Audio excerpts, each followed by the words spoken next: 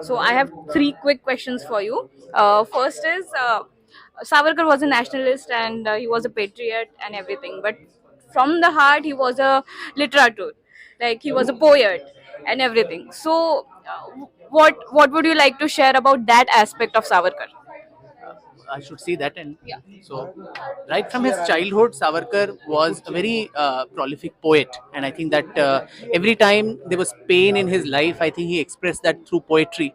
When his mother passed away, when his father passed away, also when he was caught, in Brighton, when he composed "Ne Majasine Paratamatra Bhumila," and when he was caught at Masai and then brought back, that's when he wrote "Anadimi Anantami."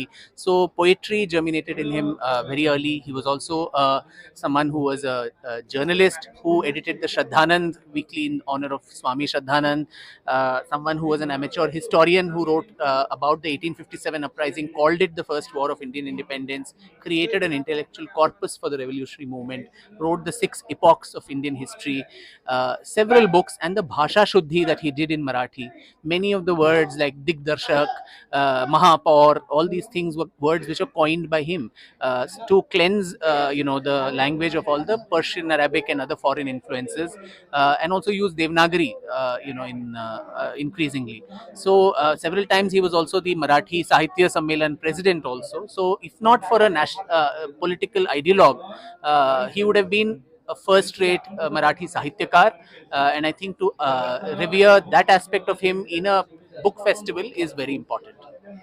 Second question is, what 5 books would you suggest for the youth of the country that they should read, which are not penned by you? Yeah, I would not have taken my own books. I would be biased more towards suggesting them history books. Books from a nationalistic perspective, both from writers of the past and present. So something like R.C. Majumdar's 11 volumes, masterly volumes on the history and culture of the Indian people.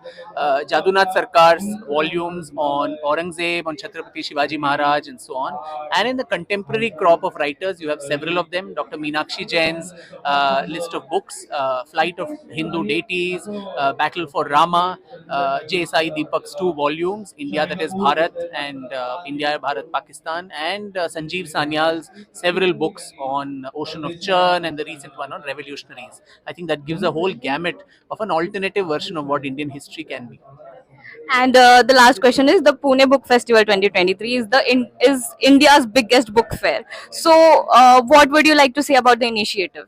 I think it's a fascinating initiative, and it's so credit worthy to see that in the very first year you have drawn people, in such large numbers with so much enthusiasm. But that's not a surprise in a city like Pune, which worships, art, culture, literature, music, dance, and so on. But it needed somebody to put all of this together in such a, grand manner.